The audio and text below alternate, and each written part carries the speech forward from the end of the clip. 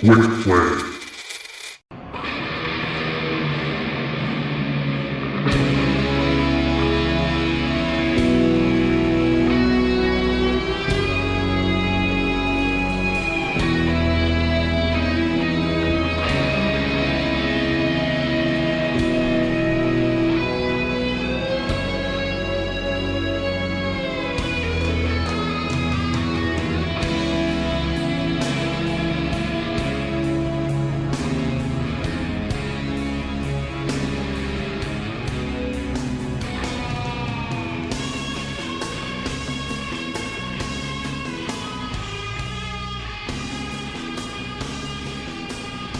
Greetings, Retrotopians, and welcome to Quick Play, where we talk about sometimes shorter games that might not get a full episode of the show.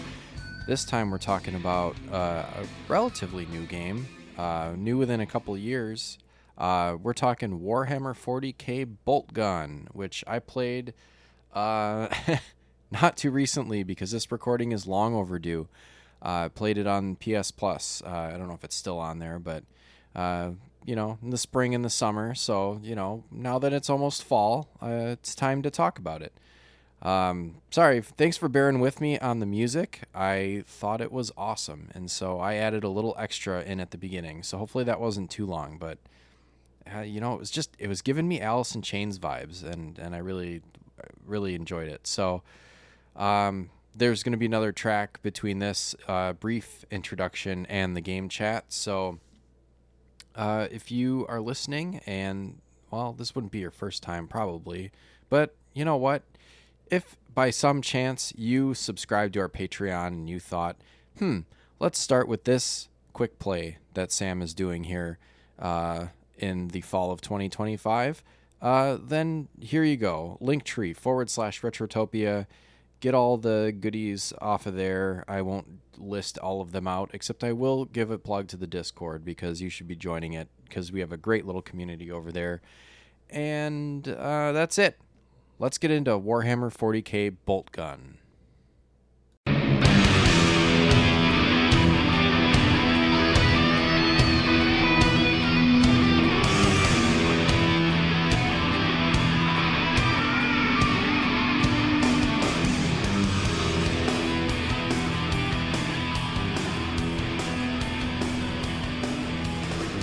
All right, Warhammer 40k Boltgun, released in 2023, developed by Auroch Digital and published by Focus Entertainment.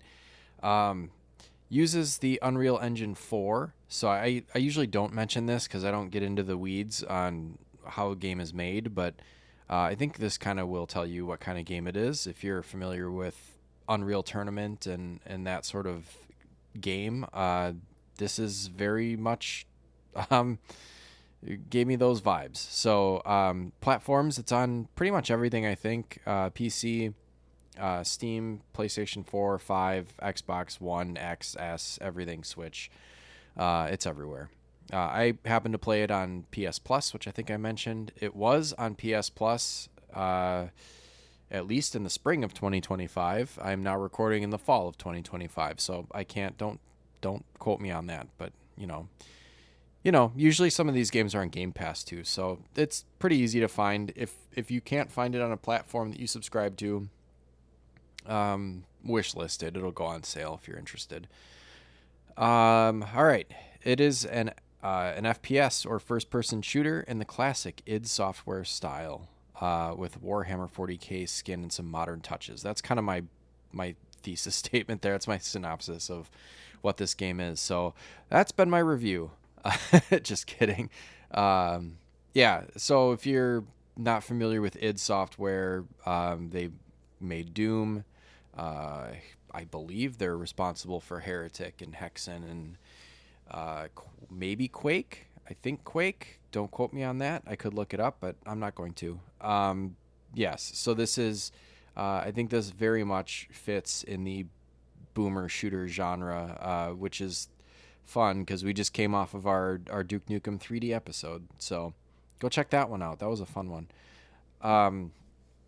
We'll get into the story a little bit, but I'm not gonna do it justice, and don't come at me because while I dabbled in the Warhammer and the Warhammer 40Ks in my younger years, and I am still very interested in it, I just don't have, with all the other things that I'm interested in, I just don't have the bandwidth for another massive franchise that's full of so much lore. So I will do this as much justice as I can. So this is a follow-up to the game Warhammer 40K Space Marine, which I believe is another first-person shooter, and I think is a pretty well celebrated game. I've heard good things about it, and I've heard generally that the Warhammer video games are pretty good. There's a variety of different types of games. There's tactical games, there's RTS games, there's shooters like this one, all kinds of stuff. So this centers around Malum Cato. I don't know if I'm saying that right, but he's a Stern Guard veteran Space Marine of the Ultramarines chapter. So if you are familiar or just are at least aware of what Warhammer 40K is, the Ultramarines are the like blue armored soldiers that have like the yellow pauldron or like shoulder pads. Yeah, so that they're the most famous. There are other factions of Ultramarines, and if you get a Warhammer book, you'll see there's all kinds of different ways. You can make up your own if you want. I mean, it's a really cool, like, let's just give Warhammer its flowers. It is a fucking cool franchise. But yeah, Warhammer Ultramarines, sorry, are kind of your base guys. Like, they're the ones everyone knows. Most of the story is pretty foreign to me, but it sounds like basically Malum is the sole survivor of a landing force on Gaia, and I don't know if that was a planet or a city or whatever, but he needs to retrieve a servo skull belonging to Drogan, and I have no idea who that is, so it sounds cool. You have to fight your way through the forces of chaos, which are another faction in the Warhammer 40K lore. It's like demonic. I mean, there's like chaos space marines, and there's like all kinds of demons and greater demons and lesser demons, or daemons if you're like, medieval with it. But it's kind of cool. It's like mixes the fantasy in with the futuristic space, sci-fi theme. Yeah, and that's about all the story I understand. So, there's probably more to it, or ties into other stuff, but I don't know. So, gameplay wise, this is really a true throwback to like a Doom or Quake like game. I think it really plays a lot like Quake from what I remember of Quake 2. Played a lot of that as a kid on PC. So it blends like boomer shooter elements from newer and older games. Like, it does feel like a modern game, but definitely a throwback to Quake being a great example of how the game plays. The first few levels are really short and do resemble early Doom titles, and all the levels I believe are like this. But it is the get the red key, get the blue key, get the yellow key, unlock your doors, and activate a switch to end the level. So it is very, very, very inspired by Doom. Duke Nukem 3D is like that too. When you get to the end, you get that screen that tells you like the time, the difficulty you played it on, how many enemies you killed and how many you left behind, how many secrets you found, and all that kind of stuff. There's kind of arena elements, and I'm not sure if you'd call this an arena shooter, maybe. I don't play so many FPS games anymore. So I did play Doom 2016, or like the kind of Doom remake. So there are purge portions, or it's called purge, just like in Doom 2016 actually. They borrowed a lot from that as well. So you basically get into sections of the level that kind of look like an arena, where there's ramps up and down. There might be a central area or some tunnels around the edges, different items strewn everywhere. Basically, like, when you get there, you're like, oh, this is definitely someplace I'm gonna fight a bunch of shit. The music changes. The exits are all blocked off. and then you're just kind of in there with whatever enemies the game decides to throw at you until you kill them all and can progress. And some of those sections can get pretty difficult because they'll throw progressively more difficult enemies or just mix it up and try to throw you off. There's smaller demons that do like melee attacks and can kind of swarm you, and then it'll switch up and there'll be these big hovering demons that'll like shoot fireballs at you that do a lot of damage. And as you're running around, it's like rule of thumb is like just to keep moving to make yourself a harder target to hit. But as you're moving around, you pick up, you will run out of ammunition if you sit still and try to plug away at stuff. So you have to keep moving so that you pick up weapons or upgrades to weapons out of secret areas, or health or armor you're going to need.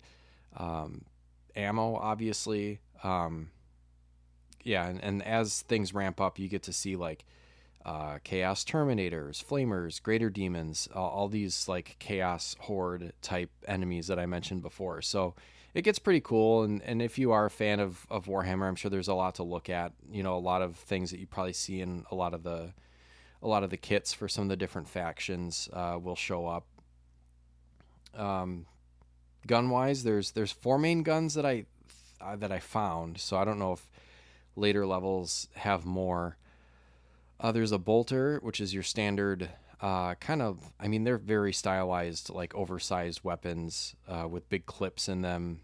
Look them up if you're not familiar. They look kind of cool. They're very iconic looking, but they usually have like, when people paint them, they match them to the faction of the army that they're using, and they've got like different crests on them, and sometimes they'll hang like little like scripts off them and stuff and paint that. Like, it's fascinating. It's cool stuff. But so there's the bolter and the heavy bolter, which they're both like rapid fire weapons, but the bolter is more like a pistol, I guess. And then you got the heavy bolter. You have a shotgun, and you have a plasma gun. Is the heavy bolter kind of a chain gun, I guess? Yeah, I think so. That was one that was kind of like a two-handed gun that you just kind of parked and shot. Although I think you could fire it moving. Whatever. I don't know. It was cool.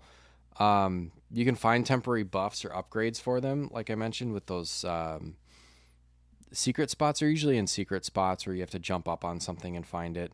And then you also have a chainsword, which is pretty cool, but it was a little clunky to try to figure out how to use, but it looked so cool. Like just like the animation of the chainsword coming out, and you just like cut something in half, and there's like blood all over the place and guts and shit. But the chainsword is another, just like the Boltgun, a pretty iconic Space Marine weapon, melee weapon. And it's just what it sounds like. It's a sword, chainsaw shaped like a sword. Movement even resembles Doom 2016. So not only those arena-like areas, but you can run and jump, climb up ledges. I did mention this already, but in the purge sections, it's important to keep moving so you're not pinned down or overwhelmed. There's a lot of customization options for the gameplay. This is getting into like the menu screen, but you can change the difficulty, toggle cheat modes, which is kind of cool. You can toggle the graphics, which we'll talk about later, and all that kind of stuff. So just like a fun, just an overall fun experience. You can make this as difficult or as just, if you want to just get in there and shoot stuff and not really have too hard of a time with it, you can definitely do that. Graphic wise, I thought that was pretty much the highlight of this game. I think it's meant to be a true homage to the early FPS games like Doom and Wolfenstein and Heretic, Hexen, Quake, even, but almost less Quake and more the former than the latter. While you're in a 3D environment, things are pixelated, and then the enemies are also sprite based. So they are that kind of like cardboard cutout looking thing where like if you turn your perspective, it just kind of follows you. I don't know how else to describe that, but it is kind of just like a rotating cardboard cutout. But it's not a bad thing. I think it's really cool how they did that. You can adjust I think not only like obviously the brightness and the contrast and stuff like that, but you can adjust how pixely it looks. Um, Somewhere right in the middle is pretty good because it gives you that pixelated look with, you know, without it looking too old. Because I mean, some of those old games really do not hold up, even though we're nostalgic for the style. So I think this game did a really good job of looking good while playing into that uh, nostalgia that we all have for those pixelated games. You can also, I think you can also smooth out the edges, so you can just do away with that pixely look. Um, if you do that, I mean, it just looks rounded. I mean, it's fine, but it's not great graphics from that perspective. The pixel is really where it shines. Of course, the gore is super fun. I mentioned sawing shit in half with the chainsword, um, blowing things up. They typically explode. Yeah, I mean the environments look awesome. I think they took lots of care to make sure that everything looks like you stepped into the hellscape that is a typical Warhammer environment. So there's like just old space gothic looking ruins everywhere, skulls and spikes and chains, everything. Like I don't know why you'd want to live in a place like that, but whatever. You got Marines with like just huge over the top armor. You know, like how they are very, I don't want to say cartoonish, but the armor is very exaggerated. And especially like when you get to see some of the big Chaos Space Marines or the Terminators, um, it looks so cool. So they nailed it on the graphics. I think the game looks fantastic. Music, you heard some of it. I had to indulge in a little bit of extra music in this. It's great. Warhammer in general is pretty fucking metal, and the soundtrack reflects that. There's a good mix of heavy metal, industrial, or just heavy industrial type. You know, like there's a beat to it and stuff.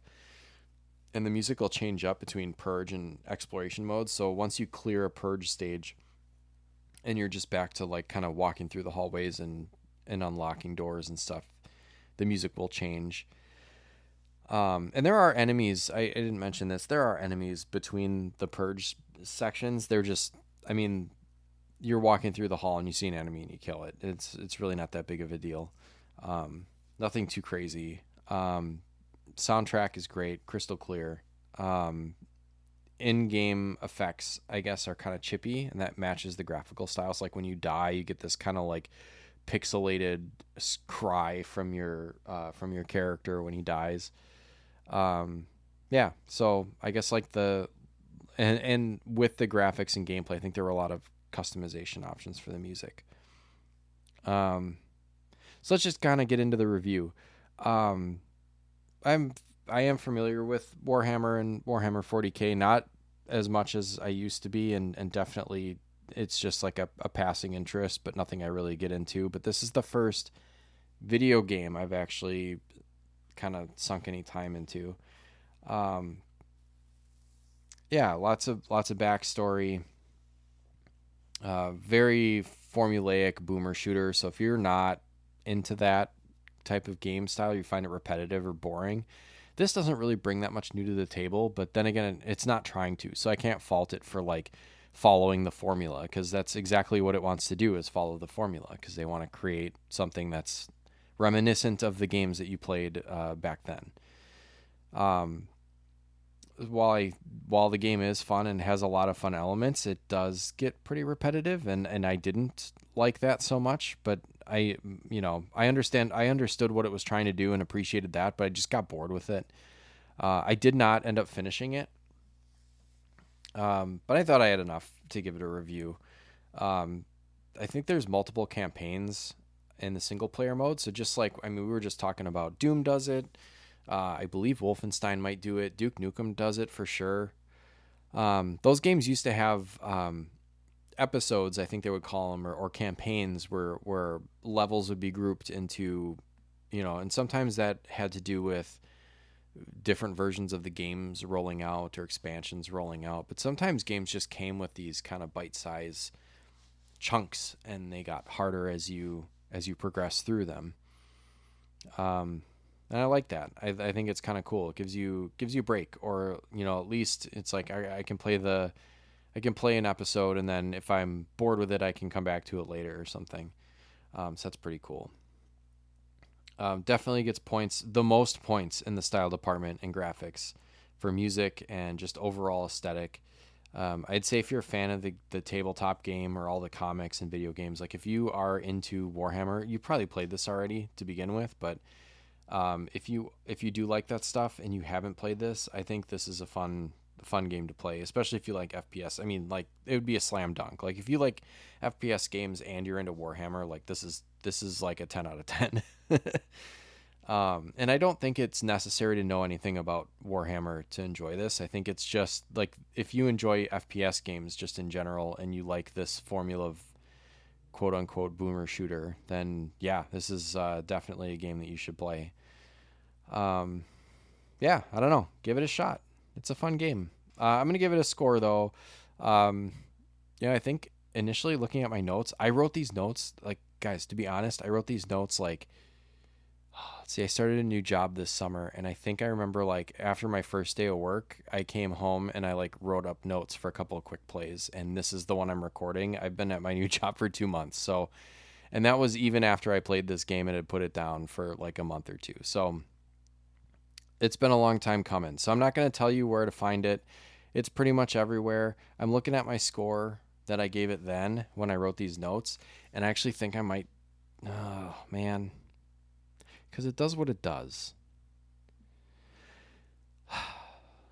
This is tough, guys. You know what? I'm still gonna give it like a. I'm gonna ding it just a little bit. I'm gonna give it a 6.5 because it really doesn't do anything extra, or it doesn't move the needle. But then again, like I said, it does what it does, and it wears its influences on its sleeve. I mean, 6.5 just because I don't enjoy the formula, but I recognize that it's a good game, so I guess I could go somewhere between like a 6.5 and a 7, even maybe a little higher if you do like it. If you like I said, come on, if you like a boomer shooter or you like Warhammer or any of the above, like this is definitely a niche title that a lot of people I think are going to enjoy. So yeah, I think that's all I got. So that's been my review. So I don't know. We'll call it a 6.5 and between somewhere in a 6.5 and a 7. I don't know. Whatever. Warhammer 40k Boltgun. It's fun. All right. I think I'm gonna drop the mic and get out of here. Thanks for listening to Quick Play. I'm Sam. This is Warhammer 40k and Linktree /Retrotopia. Join the Discord. Have a good time. See ya.